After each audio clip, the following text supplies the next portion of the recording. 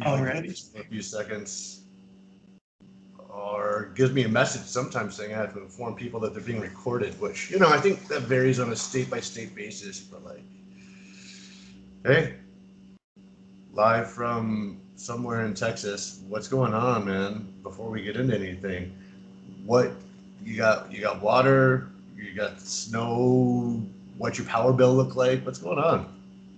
I don't know, man. I got water. I got electricity. My feet are cold. But it's been rough for family and friends. I've been pretty blessed. Like, I've had power most of the time, and things are good right now. Got groceries, but it's been rough trying to get food and going to the drive-through to try to pick something up. It's crazy. Yeah, so do you have like any kind of baseline prepper tendencies where you've been like, yeah, I'm not prepared, but like I'm a little bit prepared? I mean, Right. Yeah, I definitely have a Sam's card. I loaded up on stuff. yeah. You And you know, mentioned, back when COVID hit, that's when people were taking everybody's toilet paper, and I was like, well, I guess I better get some food. yeah, right, right. But God, I'm glad you're okay. I mean, it's not a good time to get a paper cut, right? Like you've had surgeries within the last 6 months. yeah, it's been a rough couple of years. So I don't know, man. I'm just glad you're okay because that's a lot. Yeah. So what are you doing today? So today I just did a lot of hanging out with my daughter, and she was supposed to go back with her mom tonight, but her mom's pipes busted, so she's sticking with me. And that's Yeah, good. yeah. I mean, I still water is too. What are you gonna do? You guys gonna play Settlers, or are you gonna? I mean, like, what's like an evening? You know, so we have this board let's game. We just don't, say I've got my tablet, and like you can just go fuck off somewhere. Like she's close to that age, right? yeah, but she's she still likes to have fun, and she's getting to that age where she's not the um, kind of getting into the teenage Mm. years, and she wants to do her own thing, but Right. she still has love for dad, so that's good. I mean, we'll play board games, and Yeah. today we played Stranger Things. It's like an 8-bit game. Hmm. Yeah, we have fun. That is too sweet. You writing? Well, Are you just working? I mean, you're just working like around the clock. You've got this rare reprieve of a day off, but like, are you writing at all? I am, but it's not what I want, you know? It's I don't know. so um, when I do write, mm, probably 90% of the time I really enjoy what I'm doing. Mhm. There's probably not that many people that will enjoy what I'm writing, but it gets me through it all. Mhm. And you know, and I've noticed that about a lot of writers. It gets them through. And talking about um, getting people through, I think whenever I read your series, I feel like it's. I mean, it helped me get through a lot of troubles, and I know it's probably helped you through a lot too. I'm glad to hear. Yeah, I mean, sure. I mean, like you take a long view. You never expect to hear anything like that. You always hope to, but you always kind of expect it. Maybe when I'm dead, you know. But yeah, the process of it has its own catharsis. Being in this weird era where you can just kind of distribute stuff on your own feels nice. Yeah. Because, I don't know, I was trying to find a book. I don't know if you ever had this thing where like you read a book when you're like 10 or something, or 11 or 12, and you remember the story, but you don't remember the title or the author. You might even remember the cover art, but you like cannot find it, and you post it in Reddit and nobody has a clue, and you're like, no, that's not it, not it. So I started going through like all sorts of like registries of science fiction and fantasy from 88 to 90. The latest I could have read it was 92 anyway. And Yeah. almost everything's out of print. I mean, I don't even know what the numbers are, but there's got to be some terrible, nightmarish ratio of writers that came up in the 80s, made it in the 90s, and they're completely out of print. They haven't sold a copy in, like no one wants to carry it. And publishers have they have a bottom line, so you don't carry a line card of stuff that doesn't sell. But with self-publishing, nobody has yet suggested, though they probably will one day, but nobody yet has suggested, if you haven't made a sale in 6 months, you're a waste of server space. We're going to either charge you or you have to delete. I mean, that's something they probably should eventually do, or I don't know. It's horrible to think about it, but like there's a persistence of self-published virtual work. Maybe even if they were, say the host did terminate it, you've got these digital copies kind of floating and permeating. And so it's really hard to get an out-of-print book of certain genres and certain eras, right? Like you can't find it. It's hard to search for. It wasn't famous enough to be a wiki page, but this person like had a career writing, and I don't know. It's weird how ephemeral the shit is around actually being traditionally published, that perhaps being a little bit lower in the weeds, we could actually kind of survive longer, right? Because you don't have somebody looking at a bottom line saying, we're just going to shelf your titles because you're not. And it was the common lament of like musicians like Prince and Trent Reznor. My publisher, my TBT, they don't want to release as much as I want to do because they don't want to oversaturate me, and so you like get stifling on like the release, and you get stifling on like maintenance of the catalog, and then eventually they just stop selling it. Even Disney Plus, like there's a lot of old content, but there's a lot that's just not there at all because, and not due to controversy, just like doesn't even rate the server space. They don't want to have it on the and it's like it's digital. Yes, it has a cost of storage, but it's like nothing compared to the cost of print and distribution. Just make back catalogs available. Print on demand, print albums and books on demand. These traditional publishers that hold the rights should just open up so much, just digitize and open up.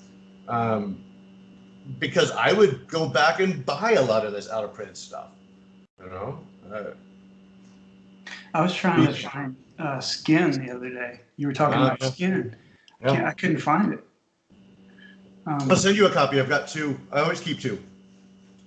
I keep 2 copies and have for like 10 years. And every time I get the next one in, I try to find someone to give it to. Yeah, and then I'll find another copy. I'm not even a huge fan of the rest of the books that she wrote, but I really, really dig that one. And so I've gifted it. And my first copy was a gift, so I don't know. There's a couple books like that. It used to be albums like that, but nobody gives a shit anymore. Right. Well, only people like me. Yeah. I don't even think if you share a YouTube link, like check out this band you've never heard of, it's not new to you, that anybody's going to listen to it. They're like, I am so into my own likes, and they're already niche, and they just give you a nod, like, yeah, all right.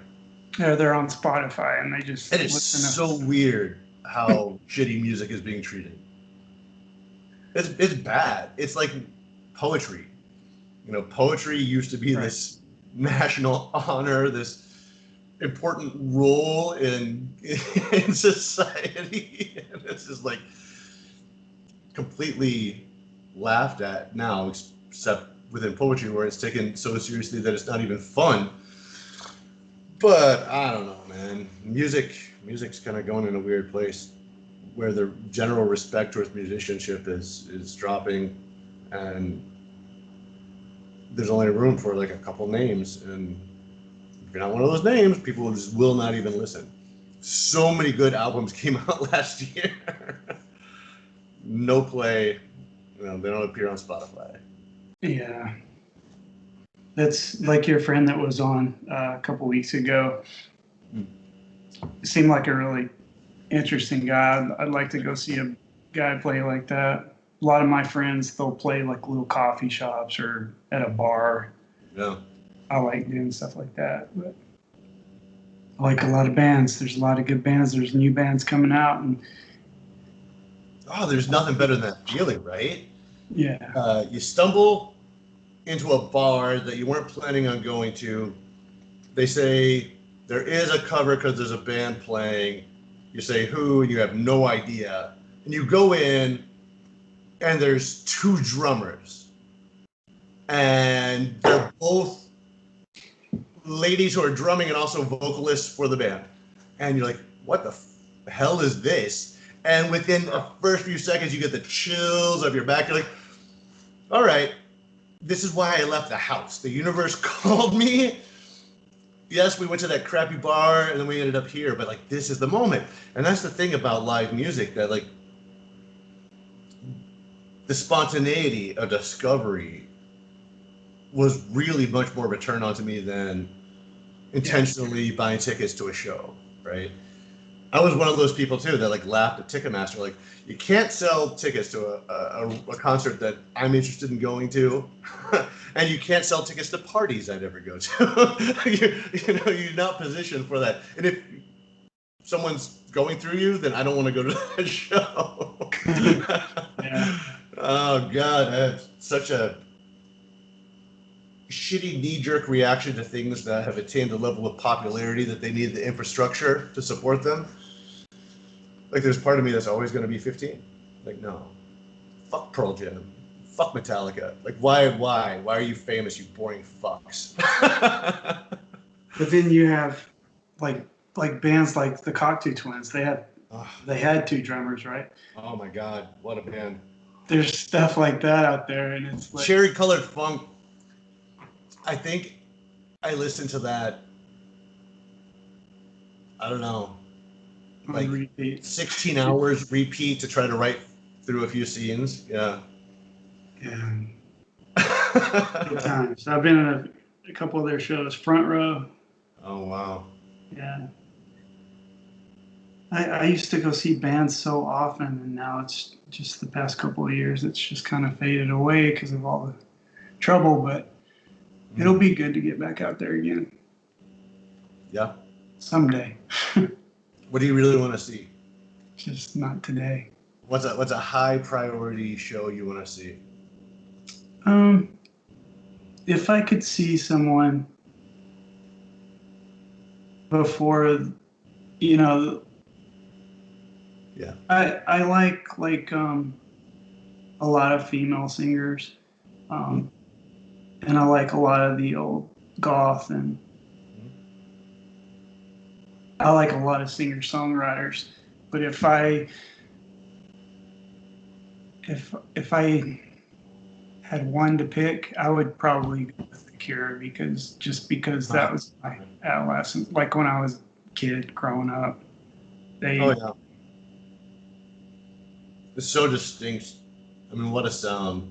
I mean, you can lampoon them now, but you couldn't at the time because nobody else was doing that. Yeah. I mean, from the opening riffs of that guitar, that kind of echoey synth sound, so pleasing, so pleasing. It is. Yeah, I miss shows like that. Like I've seen some of the big bands, and I always go back to stuff like the Cocteau Twins or the Sundays. I'd see them play a couple of times. If I could go back and see one of those shows again, those were the days, like those kind of shows. And I'm sure there's going to be more like that. Just haven't seen anything like that in a long time. When I moved to Phoenix, I don't know. I've been here 5-6 years now, and it coincided with like a time in life where I was not really open to going to see a show on Tuesday. Oh wait, when did you go on? Well, 11. Like, fucking Dive Bar 11 is actually 1. Everybody knows that. It's not really going to happen at 11. I've got work tomorrow. There's no way I can go to this. You know? And so I started thinking maybe Phoenix doesn't have anything because I couldn't immediately find it. And I know that's like a weirdly entitled thing, but I used to have like really good instincts. Like, drop me in a new city, a couple weeks, I could find like where the action is. And in Phoenix, I'm like, well, drop me in a cockroach-filled apartment, never leave it, and then presume there's nothing interesting in this whole place. Like, well, it's impossible. I know there's cool stuff going on here. I don't go out anymore, and I don't go out on the random ass nights that they're doing stuff. So I have no idea what's actually here. Yeah, I get that. I'm intrigued. You know, I like to think, no, this place has got some sort of anarchist punk scene that's been thriving since '92, and it's still making good music. You know, there's a mix of 50-year-olds and a mix of 20-somethings and whatever. But I don't know. I don't really know if there is or not. But I like to think that. Yeah. I've seen Nine Inch Nails probably 6 times. They come to Dallas all the time, so it's always, especially, I think their best show was it was probably in the 90s, and they had, I don't know if you remember, but they had the circus with them. I forgot what it was called. Jim. Yeah, something like that. Possibly Jim. It's not Jim Rose. What the fuck is wrong with me? Yeah, I know the one. Yeah. They used to hit up Chicago a lot, and they would like do they would go to our Chicago-based amusement park and do a Fright Fest thing and whatever, the Jim so-and-so circus. Yeah. So you went to the show, and what happened? Oh. Were you sober? Just the people that I was with, and were you on mushrooms? What were you doing? No, I'm sure they were. But yeah, I remember we used to sit on the couch before we'd hang out every weekend, just play guitar, and they'd be sitting on the couch watching Beavis and Butthead. Right. And I remember that I joined the military when I was 21.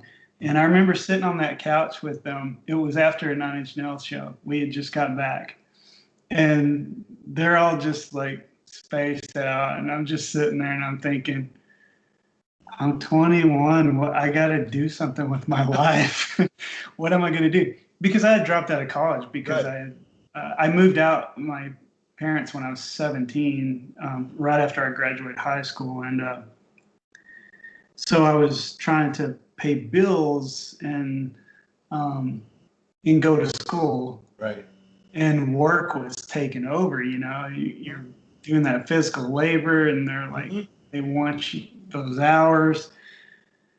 So my car broke down, and I dropped out of school, and you were like one dog dying away from a country song. Exactly, man.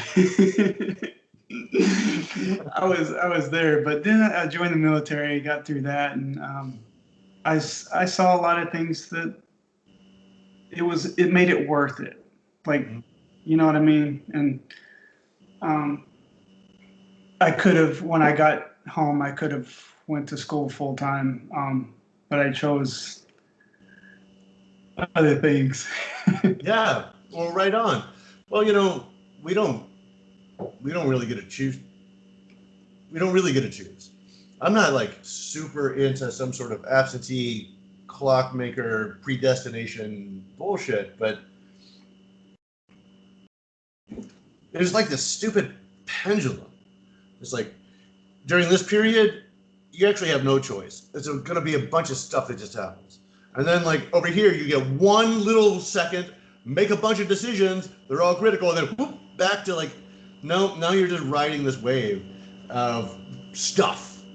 I think our volitional ability, I don't know. I read, are you familiar with Malcolm Gladwell, the journalist and writer?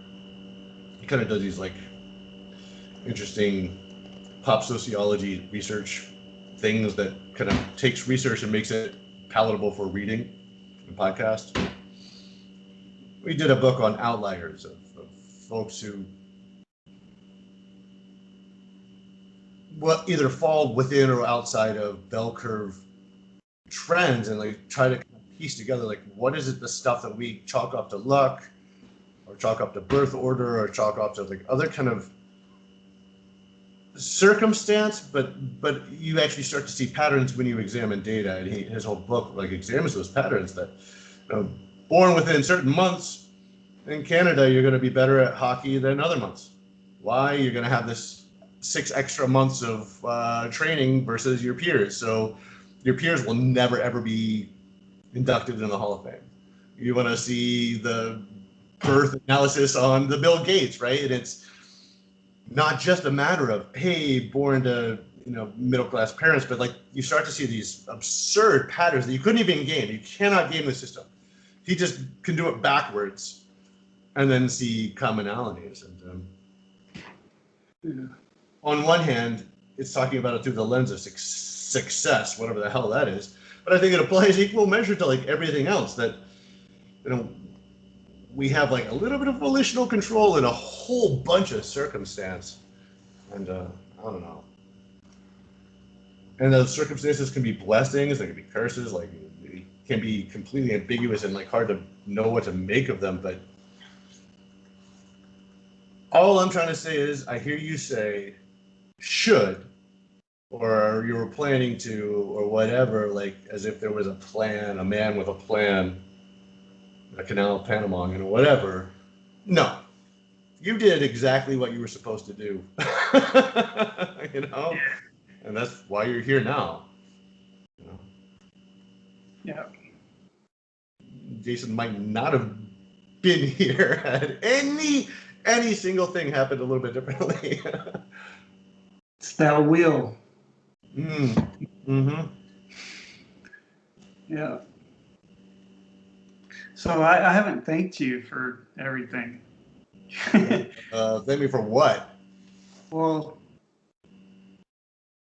a lot of different things. First, I didn't send you any water. I didn't offer to pay your bill. I mean, you need some relief. You need about $2,000 a month, like everybody else in the United States. Yeah. My feet are warm though. Yeah, good. They're warm now. I didn't mean to cut you off. You want to thank me? This is nice. So, when I first met you online, and I started, what happened was I saw the ad for your book, and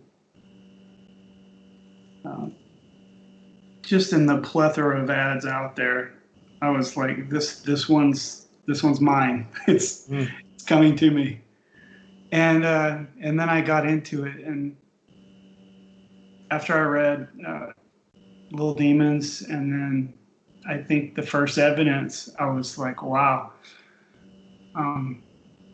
this is really speaking to me. And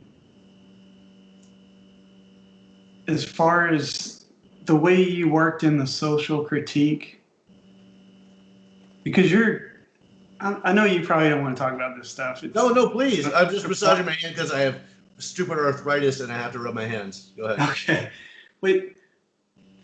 It's the way you build in that social critique is, I'm not kidding, you're a master at it. You weave it in, and like people are either gonna get it or they're just gonna put it down. But you do it so well. And trust me when I say this, you're speaking to people through your books. Of course, it's like got this whole superhero thing, and it's right. the plot's over here, and you know, you write characters like you nail it. There's no doubt about that. But the social critique, the way it just, there are things, you know, growing up in Texas. Of course, I'm different than a lot of people around, but I see the negatives. And when I see you just put up on the shelf, look at this, like you guys are doing it wrong. Yeah. And you're not like preaching, you're just stating facts. And I think that if more people would read your books, they would take away something with that. But that's not even what your books are about. Well, that's just the sweetest thing anybody's ever said to me. Well, thank you. You know, do you know who the musician Phil Oakes was? No, Phil Oakes?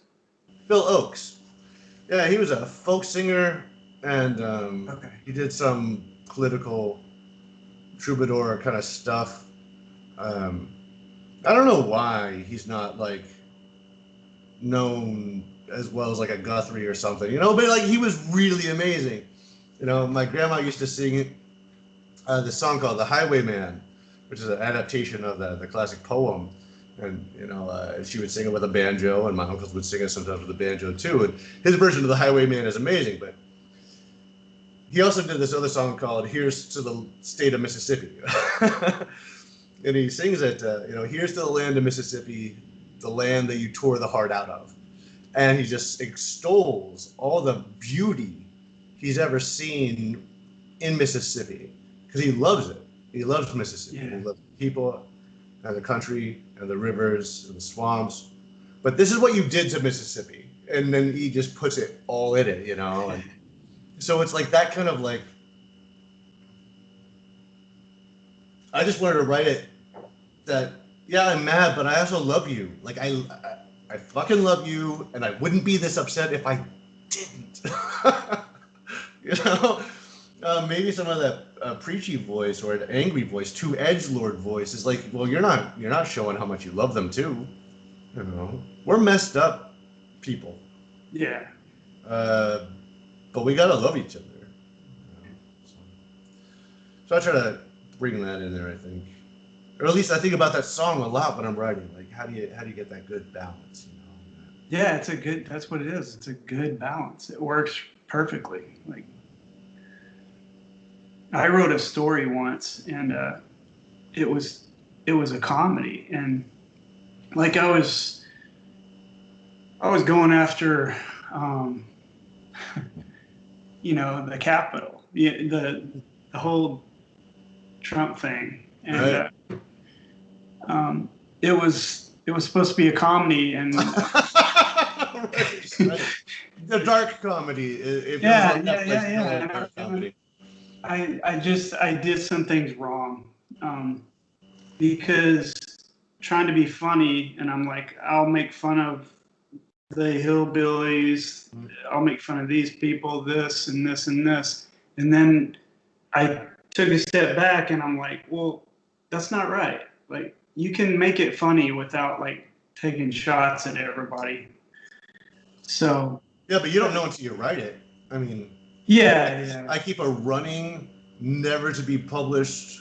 I mean, I swear to God, if my descendants ever think they're going to publish this, like, no, this has to go away. I keep a running notebook I call Captain Asshole. That's just every shitty thought I've ever thought about anybody or imagined anybody could think about anybody. And I just like dump all the putrid stuff in there. Like, yeah, that's a terrible idea for writing. I'm not going to ever say that to another human being. Let's just move on, go write something better. But you have to get it out. Yeah. it's a thought. No. That's not a bad idea at all. Yeah, Captain Asshole. He's terrible. He is terrible. So when I was trying to say, when I first met you online and I saw your ad and everything, and then I read the books, and I was like, this guy is the Walter White of writers. Like, it's the blue stuff. Like, Wow. that's what I don't get. Like, once you read a couple of those books, I don't see how you can't read them all, because you need to. They all come together so well. It's so sweet. Um, and I was wondering about, you were talking, I think it was on a podcast you did, and you're talking about your road trip and how you landed on the beach. I think it was a podcast. And Oh yeah, LA. Yeah. there you go. Yeah. So I was just curious about that. Like, would all of this happen if you hadn't have took that road trip? I don't know, man. I mean, you were creative back then, but Yeah, but I hadn't really finished anything, and I really didn't know much of anything. I mean, I was a dropout. So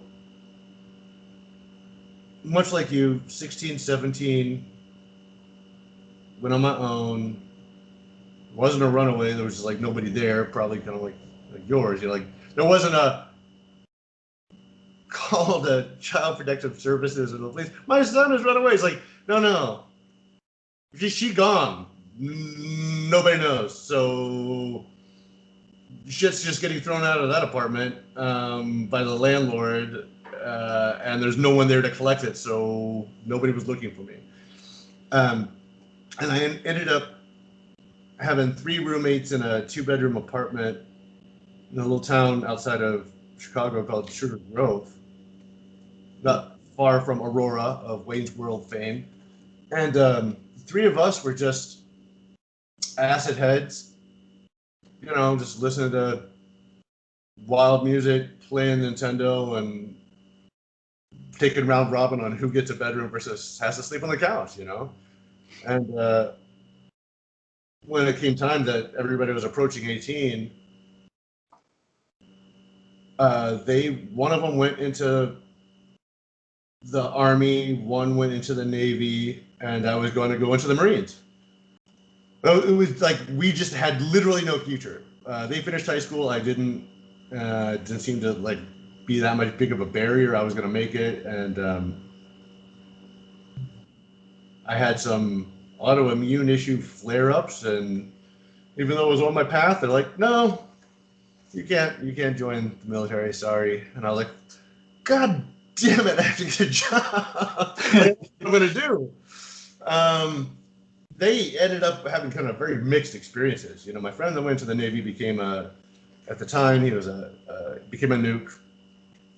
Served on the Enterprise, which was the same ship my cousin had served on, and my great uncle when the ship had first been commissioned. So I'm like, oh my God, you're on the Enterprise. This is great. He didn't last too long, didn't last a short time, but he was there for a while and then left and became a chef. He didn't want to be a nuke. His dad was an engineer, He's like, I don't want to really be an engineer. I'm good at engineering. The other buddy went to the Army, became a intelligence officer, performed dutifully, and then left, and then became a marine biologist or something like that. yeah. I didn't make it into the military. Kind of fell between the cracks while they went off, and I ended up in LA and all these other kind of stupid adventures. But we've all kind of balanced out, and have our families of a sort. I don't know. It was just a weird time to be at the fly or fall out the nest, because it turns out sometimes when birds fall out the nest and don't fly, they still live. You don't all just die when you hit the ground. Sometimes you're gonna bounce, roll, and you'll figure out how to fly eventually. But I had no idea what was gonna happen. All I knew was I did not have money for rent the following month. When my friend showed up with his car loaded full of drugs, he said, "We're gonna sell a lot of this in LA, and then we're gonna go down to TJ and pick up some more, and then come right back." I was like, why not? You know, and I left an apartment full of God knows what. Like I have no idea if there's any possessions of mine that exist prior to a certain year. You know? Same as you, I'm sure. I am sure. There's some people who are like, yeah, my bedroom at my folks' place still looks like my bedroom, and I was like, no, not mine. I had a closet for a couple months. I have no idea if that closet bedroom still exists. But you made it to the beach, and then you started Oh, I riding. love the beach. Yeah. You started riding, and then you did a whole lot of things that most people don't do. You know, you accomplished a lot so far. Well, thanks. It was cool as hell. I mean, at first, LA is terrifying because it's so big, and for all the excitement it has, it's like also just it's a county. It's not a city. You know, it's just this massive, ridiculous place. But there's so many like really, really, really nice people in LA, and I tweeted the other day. They're like, I owe my survival during dark times to some friendly juggalos, Rastafarians, and exotic. Yeah. And it's 100% true. I was having some severe health problems on Venice Beach. I was not able to busk or beg at the time because I was really sick, but I had no knowledge of any kind of like social programs. I had no idea how to like get help. And the fucking Rastas like helped me. They helped me. They nursed me. They like gave me salves and like took care of me. And you know, like I will forever, be grateful for what they did. And people don't think about that side of LA, right? They think, oh, it's just a constant grind and star fuckers and abusers on the other side and all this stuff. No. There's millions of people in LA that are like really good-hearted, and it's not a horrible place. Yeah, I see. How But long? is anywhere really, right? Like you demonize, your national enemy, who's G.I. Joe at war with when you're a kid. Actually, in that country, it's just people, I don't know. It's people, man.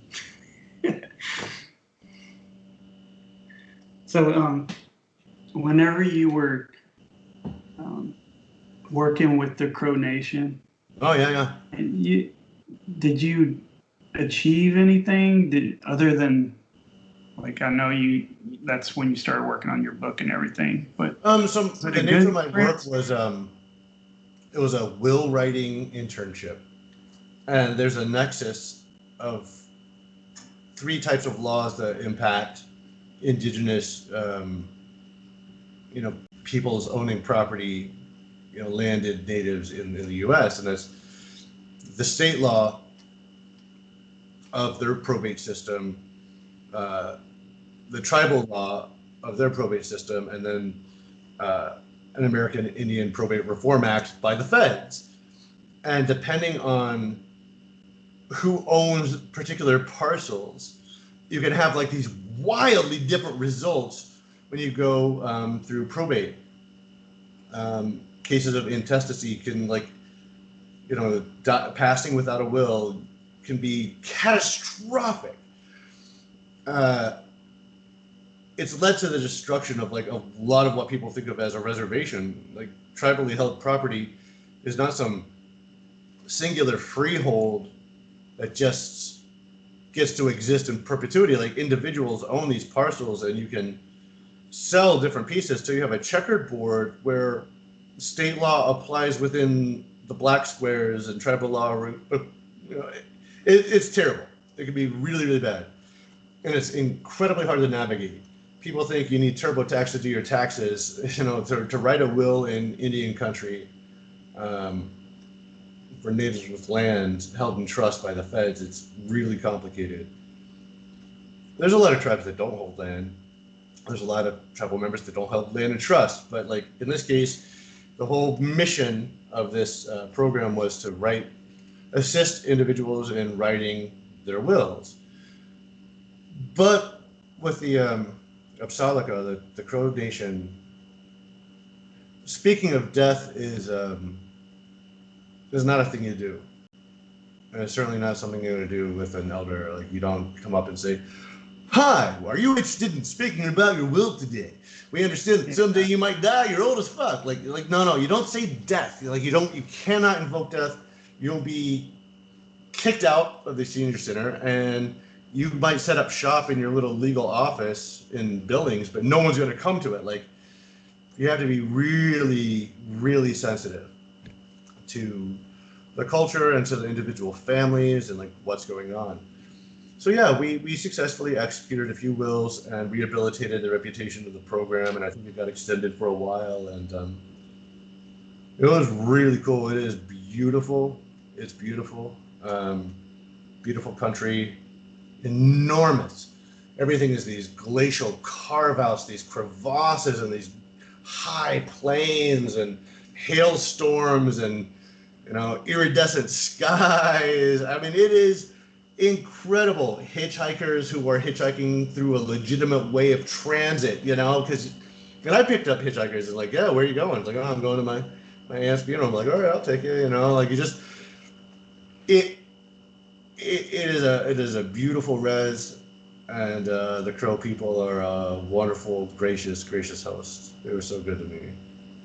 And they made it into your books. They made it into evidence. Oh yeah, I had to make a mention. They made it into the tarot cards, and they made it into the novella. Yeah, that was supposed to be part of the primary book, but it just got too big. Yeah, that's a really good story. I love that story. No, everybody should go out to Montana, swing by Black Butte Nation, go for I've heard so many good things about the landscape. And visit the Cheyenne, Shoshone, like everywhere around. I mean, it is a beautiful, beautiful place. And the people have so much to give. I don't know, man. I had a great time out there. Yeah, and I think that I guess everybody does it, right? But you take different, look at your timeline. Here's a helicopter above my house. That's not good. No, it's so not. Look at your timeline. Dude, what did you do? and you're watching cops, and you're like, "That's my house." Not tonight. But your timeline, your life, there's different parts all throughout these books. Oh yeah. And speaking of parts, I know there's a lot of different ways. There's different takeaways. People are gonna get different things out of these books. But my takeaway, well, I have a lot of different takeaways, but one of them is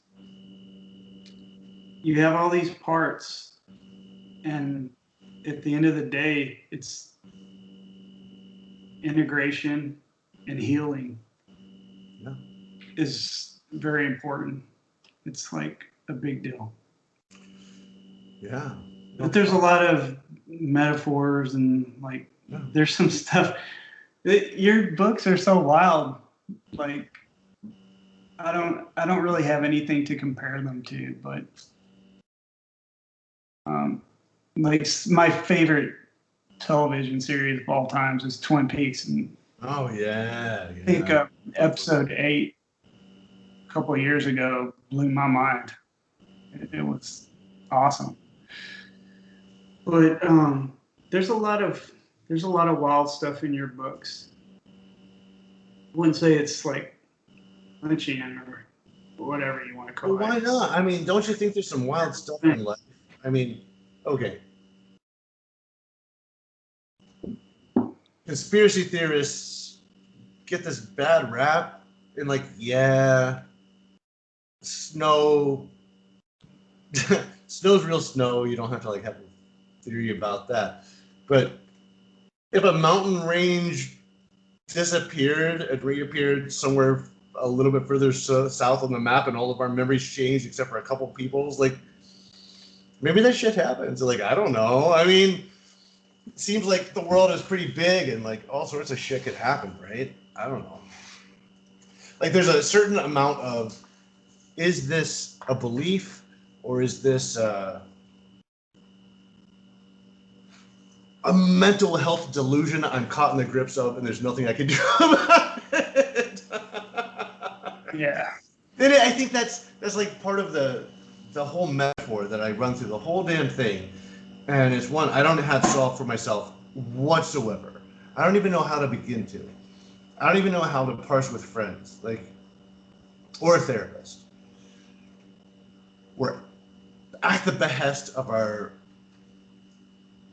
Cartesian senses and feelings, and some of us have some chemical imbalances, and we feel stuff that all of our peers agree wasn't true, so we have to accept that it wasn't. But it feels completely real, right? It feels as real as a religious experience. And not everybody gives people with religious experiences a hard time. So I don't know where to draw any kind of plumb line between really strange perceptions, really strange experiences, and then, oh, my rational thinking brain that knows how to navigate the world and says, no, that can't be the case. So perhaps I'm writing with as much belief because, like, I don't know if I believe it or not. Like, maybe I do. I don't know.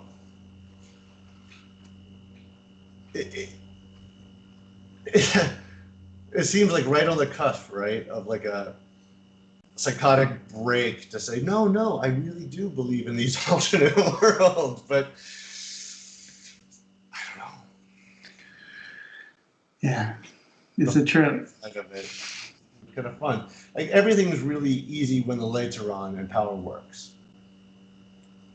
But when you're taking a shit in an outhouse in the middle of the country, and your cell phone doesn't work, and there's a noise on the outside of the outhouse, and it's a noise you can't quite place, you think it could be pretty much anything. Like, all of you are like, that's not true.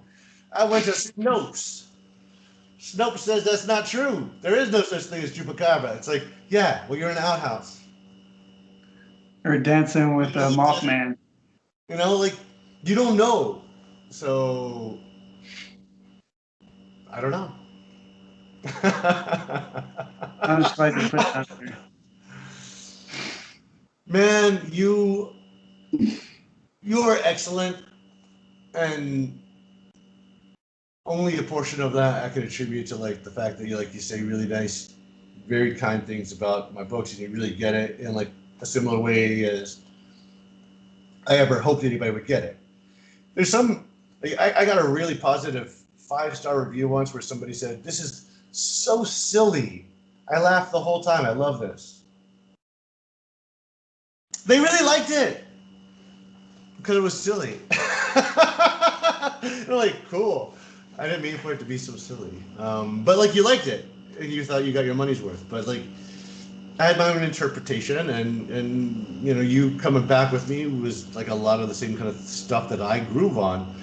And almost immediately, if not immediately, what shined in a friendship with you was that we like a lot of the same stuff, and we have a lot of similar experiences, and generationally we're close, and experience-wise we're close, and outsider status we're close, and stuff we've experienced in relationships are similar, and, like, yeah, and there's a lot of us out there. On the forefront of our friendship has nothing to fucking do with the fact that we both write, or that either one of us likes what each other wrote. You know? Like, it's a really cool thing, but that's not why we're friends. Right. No? Yeah, that's good. When are we gonna make this album? So I've started dinking around, and it's gonna be so raw. Guy from Faith No More, Patton. Is that Mike? Mike Patton from Faith No More. Yep. You know, did you ever catch that album of his that's just field recordings? I don't think there's any music to it. I think he just went around America and like had a microphone like, No, I haven't heard here's the that. highway in Topeka.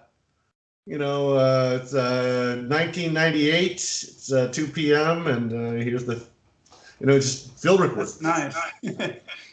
I want to make an album that's just as raw. Just throw caution to the wind. Maybe there's a couple pretty tracks, you know, pretty melodies, but like, and the rest doesn't have to be ugly, but just open it up. Let some water heater fucking sounds. Well, that's the heat pump. That's the, you know, playing some mariachi. You know, like let it in. We've worked so hard to reduce the sounds, to get the right kind of ring camera, to get a ring light, to get the right produced feeling. I think it's perverse. I can't make anything like that. I don't want to try. I think we should make like a real rock and roll album, man. I don't know how we can do it remotely, but I think we can do it. Yeah, that's the trouble. Like all my friends that are not here anymore, like other states. I have a friend in Minnesota, and we used to play a lot. And I'm the guy with the acoustic. I'm not even. He's like a master. He can play anything, and he's also does a lot with synthesizers and like. He's pretty good. So I've tried to work with him, and it's just difficult online you have to have the time and you have to put the energy into it. And I want to, but sometimes life's kicking you in the butt. And oh my God. Like the entire Lone Star stage right now, man. Yeah. I'm not suggesting anything in 2021. We'll get back to it 2025, you know, like there's no rush on projects. Yeah. Yeah, I'm worried about that electricity bill I'm about to get. It's going to be massive. But okay, so there were during Katrina, all sorts of law schools and legal representation started going down because to take on representation until they got it pushed through. And I think they'll find a similar precedent where a hurricane washed away your house, broke your water pipe, and water kept pumping because your house, you know, floated off, and people were getting charged for the water bill of their house blowing away. And so you'd see like the same kind of thing, $1,000 water bill for a broken pipe of a home that blew away in a national emergency. I am positive we're going to find the same kind of thing here. I mean, this is unconscionable. This is not the point. This is not okay. Yeah, it's massive. It's massive. Let's go. Yeah. So don't be too worried about it, because I think this too shall pass, but like be pissed about it, but don't be worried about it. Yeah. And if they're not mobilized, I'm going to just start calling and set up just call drives to get the legal representation down there right on the cusp, because that's what we did before. Law student groups just in mass started, chartering buses and going down because this was absurd, criminal. Yeah, it's all bad. That was a bad situation. This one is, but we'll get out of it. But it does not matter. I just want to repeat, even though for anyone that could possibly be listening past the 30-minute mark, which nobody does. I'm not your attorney. I'm no longer licensed. I put it in stasis mode. Doesn't matter if you signed a contract, if that contract is unconscionable. The terms of a contract which purports to compel a $9,000 electric bill in the case of a national emergency due to it was peak hours is unconscionable. That will not be honored. You could be mad about it. We're going to fight it in court, but you don't have to be worried about it. Fuck them. Don't pay $1 on it until it's resolved. At all. for anybody who's like, oh, I had $700 set aside for savings, and I'll just put on a good down payment chunk on my electric bill. Don't do it. Keep your money. That's actually your nest egg for like a healthcare situation, or if you need a new tire. Like, that is not. Don't spend any money on your power bill in Texas until this comes to a head. You know what I mean? It's like paying off your student loan before, I don't know, whoever comes after Biden's successor says that we'll pay them off. You know, like, don't do it. We're close enough to remedy. That shit pisses me off to no end. Yeah. It's horrible. It's horrible. The exploitation, like right there. Who are we going to exploit? The people with the clout? No. The people below them with a little bit of clout? No. The people below them with a little bit of clout? No. And the huge majority of people with no representation in government. Yeah, fuck them. It's terrible. Yeah, I despise it. I despise it, really. Yeah. So, how did you like that song? Remember the song that I sent you? It was beautiful. I want it. I want to use it. You know. Come on, man. You're a genius. Work with me. I'm not gonna. You either do this. You either make your own SoundCloud account with your own album around it. Pull in what you can. I mean, I recently talked to the artist who did the original cover for Little Demons Inside. Dear friend of mine, Krista Gardiakos, and the original painting is like this 8-foot by like 6-foot thing. Yeah. And I said, you should sell it. Like, sell the original, try to get a grand for it, and like take care of yourself with that right now, you know? And I firmly believe in open source licensing.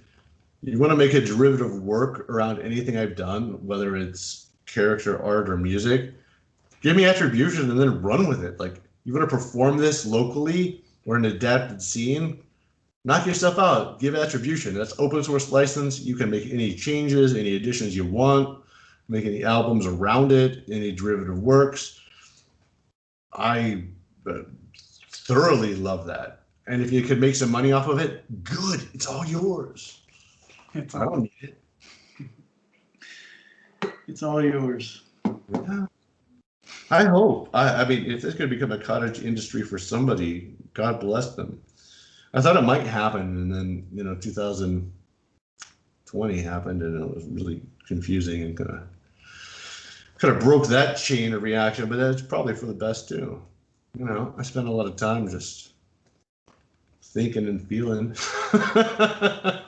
Could have done that if I was on a book tour, right? Yeah. No, it was good.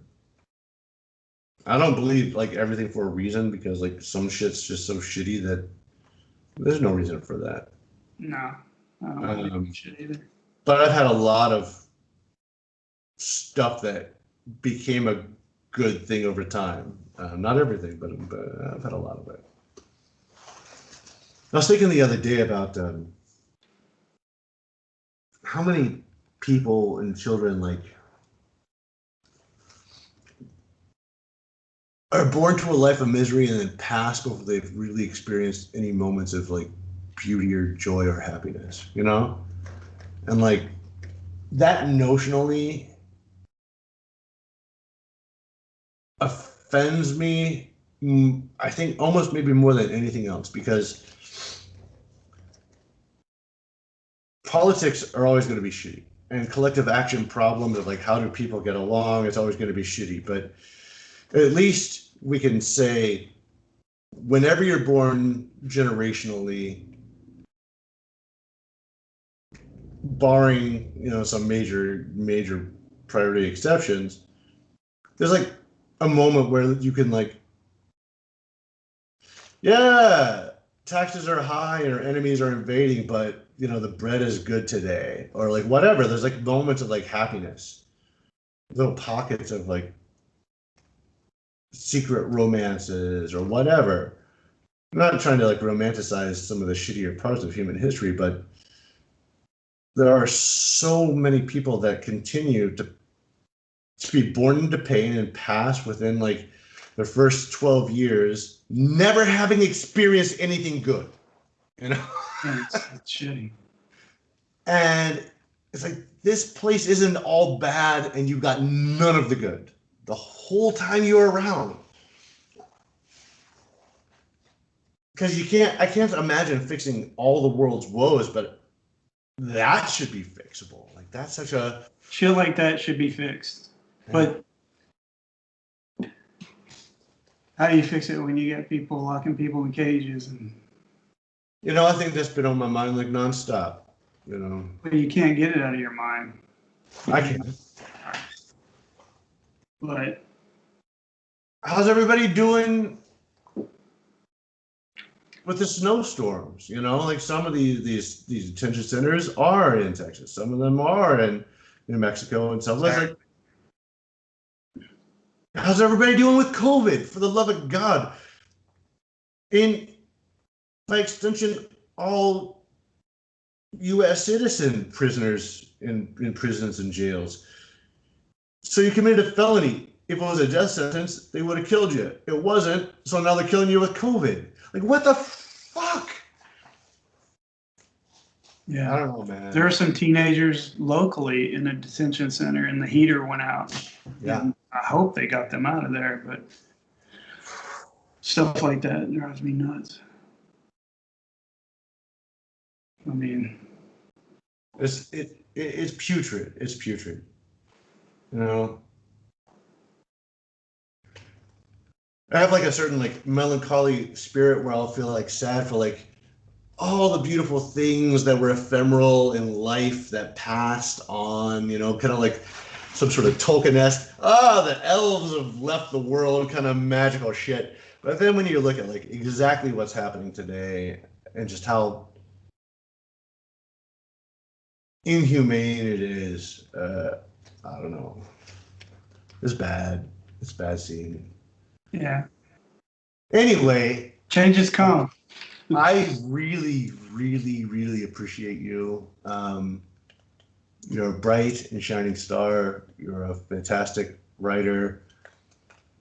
When and if and when and how you finish your work and what you write on next is going to be brilliant, and I'm going to support it 100% and work with you to achieve whatever goal you want with it, whether it's, you know, big lights and big publishing, or help you format it for self-publishing. Like, whatever you're going to do, I am 100% there with you, and I just appreciate you to no end, man. So I'll give it to my friends.